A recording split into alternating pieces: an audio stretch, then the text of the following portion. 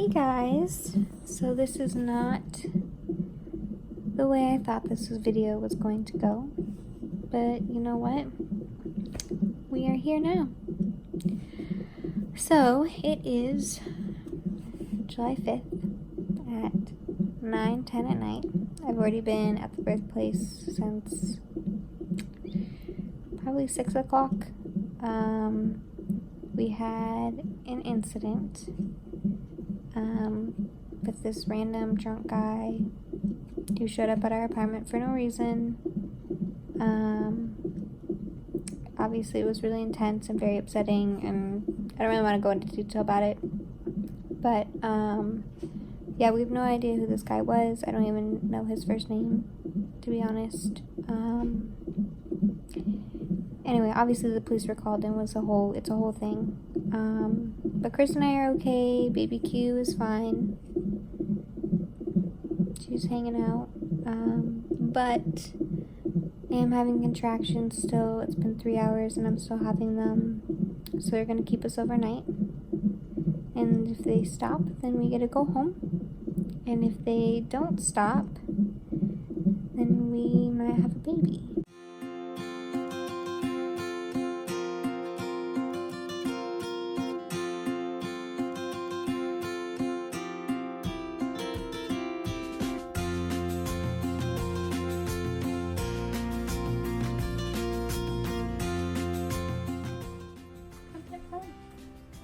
All right. Welcome back to our channel, everyone. Let's not do that. Let's not do that. How's it going, guys? How are you doing today? So, we've had quite the week. We have had quite the week. So as you guys can probably tell by the title, a lot has happened in the last 7 to 8 days. So yeah. So sorry about not posting. We had a couple video ideas and obviously they just did not happen. Which is what it is. You know, sometimes life just gets in the way. It's true. But that's okay. We just push forward and onward and upward. But yeah, so just to give you guys an idea, so Wednesday we had a doctor's appointment. So last Wednesday, we had a doctor's appointment and they said that I was a centimeter dilated, which is awesome. And I think I was 70% effaced at the time or something like that. True. So that's super exciting. It means that, baby Q's gonna be here soon. Whenever she decides, obviously. That's how that works. But with that, so last Wednesday we went to our doctor's appointment, we got lunch, and then after lunch I realized that my keys were in my purse, which I left in my car because Cris was buying lunch. There's my purse with my keys, hopefully. Yay. No comment on So that was fun. That was an hour and a half of my day that I did not have planned to sit there and wait for a locksmith to come break my keys out of my car. Oh, and that's what else happened Wednesday. That was going to be a video. We had to take Mika to the vet on that same day, that afternoon. that. We got her some drugs. Yeah, we did. We got her some drugs. Mika has really bad anxiety and separation anxiety, and so we got her Kitty Xanax. Kitty Xanax, yes.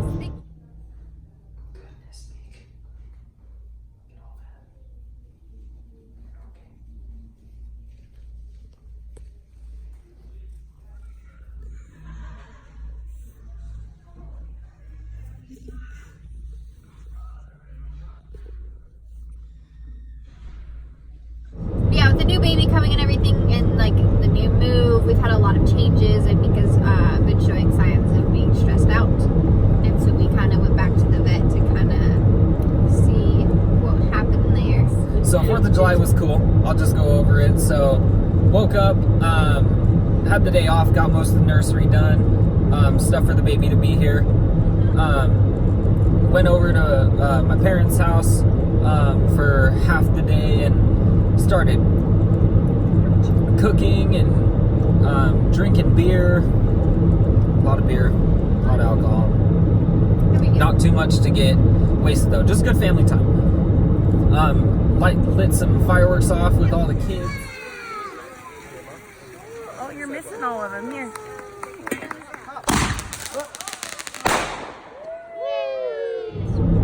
So now we get to Friday. We're going to Friday. So I'm going to start with Friday. Okay. Well, it's because you're driving. Ready. So Friday. Here we go, Friday. Chris and I get changed and, you know, hanging out on Friday, watching Netflix. You know, trying to relax a little bit from our crazy week that we've already had with Mika, my keys, and everything.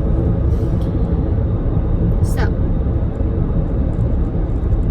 we're relaxing, enjoying our night.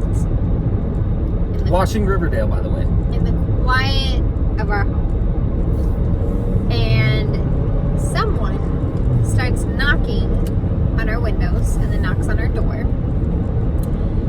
And I mean, like, maintenance at our apartment complex, like, they'll do that. Like, if they're coming to your door, like, they'll knock on your door really hard and they'll kind of be like, maintenance, like, you know, what have you. So I heard this knock and I heard this mumbling, so I thought that's what it was. It was a maintenance person and something was going on. So I open the door and I say, can I help you? And this dog walks into our apartment. Mind you, like we just explained, Mika has really bad anxiety and we don't have dogs. So obviously Mika and Nala are both like, what is this dog doing? And this guy basically just starts like slurring his words and is kind of like... Very intoxicated. Yeah. Very, very intoxicated. Very intoxicated, like you can kind of tell. So I kind of was like, well, get your dog and leave. Like, I don't want you here. So I closed and locked the door. So I sit down and I told Chris, I'm just going to call the non-emergency line and just say that there's some drunk guy walking around. Because that's really all it was at that point. It's just some drunk guy like walking around the complex. I had seen him earlier, so I was like, well, he just needs to go sober up is what he needs to do. To the exciting part. So as I'm on the phone with the non-emergency line telling them kind of where we're at, what's going on, he knocks again on the door. One point for you guys is I was in my very smooth feeling Old Navy banana underwear. Pink with bananas. Pink with bananas. Very nice underwear, by the way. Very nice. For any of you guys out there that haven't shopped at Old Navy, seriously, go try a pair. Shout out to Old Navy. Anyway, so I answered the door in my underwear and I said, listen, you need to leave. You need to stop harassing us. He stated that he was, and this isn't really disclosing anything because it's in a paper. It's in a public newspaper. So he stated he was doing Homeland Security checks and he was security for them doing inspections. We don't have any security. We don't have any security but the maintenance at our apartment complex. So I got mad and he started talking a bunch of crap straight to my face, got up really close to me, and I gave him a second warning and a third warning. And Payton, while she was on the phone with dispatch, shoved me out of the way, closed the door, and locked it. Right. So basically, dispatcher slammed me, closed the door, and locked it, which obviously is what you should do. So they were getting kind of heated, so I took it upon myself. I closed and locked the door. We're getting to the exciting part. Yes. So this is where it all goes downhill, everyone. Downhill. It went pretty uphill, but... I'm on the phone with dispatch. Chris is calming down. The door is closed and locked. I look out our dining room window, and this fool, I'm going to call him a fool. Well, we all know what you're about to say. For the kids. Fool. This fool is scanning our parking lot, which is right in front of our apartment. All of you have seen our Rhonda 2.0 video. And if you haven't, pop over to Rhonda 2.0. And he takes his hand and he picks this nice red, shiny, brand new car. And he decides that windshield looks great to just smash in with his hand. So I'm on the phone with dispatch. He goes over and I see him. I mean, obviously he's not convicted. I see him throw his hand and he smashes the windshield in.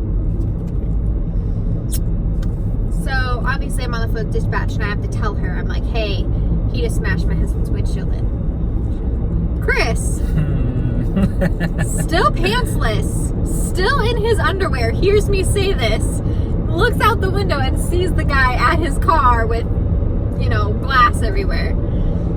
Cris just bolts out the door. I mean, he's gone. Which, I mean, Question for you guys. Would you let anybody smash your windshield? I mean, yeah. That's just where it goes down. And we don't even know this guy. We have no idea. We were enjoying our Friday night. Random drunk guy shows up at our door. Literally don't even know him. This guy probably doesn't even know that's actually Chris's car. Because the whole parking lot, like, it's a whole thing. It's not like, there's nothing saying, like, what unit or what car goes with what apartment or anything. It just, Chris's was the shiny red car, like, right there. So Cris bolts off. I'm crying at this point because, you know, this guy is now dangerous to me, extremely dangerous, because if you can, you know, punch a windshield in with your bare hand, I don't know what you're capable of at that point. So they bolt off. I'm crying on the phone with dispatch. I finally, like, get a hold of some family to come be with us, because at this point I'm like, this situation is out of hand. We're going downhill, and this is a whole thing now. So luckily the police were able to show up. They were able to detain him and get Cris and I in a safe environment. So that was all really good. Like, once that happened, I think we both were better. I went ahead and checked myself into the birthplace after that. Payton didn't get to eat for 24 hours, but it is what it is. That's the other thing. I'm sitting there and, you know, a situation like that, they treat it as a traumatic event. And so you're required, you can't eat for, I think it's like 24 hours, or at least until the doctor clears that, like, everything's fine. You don't have to, like, there's no worry about if you're going to be having, like, a C-section or, you know, bleed out or anything. So that kind of sucked. I'm pretty sure, yeah, after 24 hours of actually not having any food, because we hadn't had dinner yet. We were about to order dinner, and then this all happened. So after 24 hours of not eating and being 38 weeks pregnant, was not the most pleasant person to be around. Anyway, so I'm just hoping that things calm down and that we get a couple days to relax before we have this baby. And if we don't, then we don't, you know? If we don't, then life is just gonna keep on going. We're gonna keep on grinding, and that's just how life works sometimes. So, but just so you guys know, for a little encouragement, any of you guys going out there through anything, I personally believe that you weren't put on this earth for something that you can't handle. And I personally believe that. I think everything that happens in life, you can handle. It's just how you choose to handle it. So don't ever discourage yourselves. Don't ever let someone else discourage you, because I have no humility. You know, always remember that you can handle the situation, and just, you have to choose how to handle it. It's how you react to it. yep. Can't choose how things happen in life. It's how we react to it. Very true. Very, very true. This is not the first time that we've had some crazy incident at our apartment complex. And last time, it wasn't their fault either. It's just the cards that we were dealt.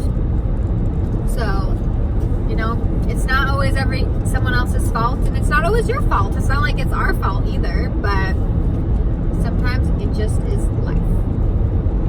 So, we're just going to try and stay positive, get through the rest of this week, get your windshield fixed, get ready for this baby, and just keep it going. But anyway, guys, thank you for listening to our story. Thank you for following along. Click that subscribe button. Click the like button. Follow us, because we want to hear your story too. You know, you can always upload your own videos. You can always tell us your story down in the comments. You can always send us an email. you can always send us something so that we know how to get a hold of you and answer your questions and answer back and give us, a little bit of what we've been through. So hit us up. Hey guys, thank you for listening. Thank you for watching. Thank you for being patient with us. And thank you for being a part of it. Yes, and thank you for being a part of our life as well.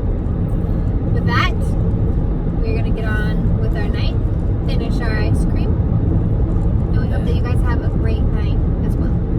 Yeah, we hope you have a great night and keep doing what you do and always encourage each other. We'll see you guys later. Peace.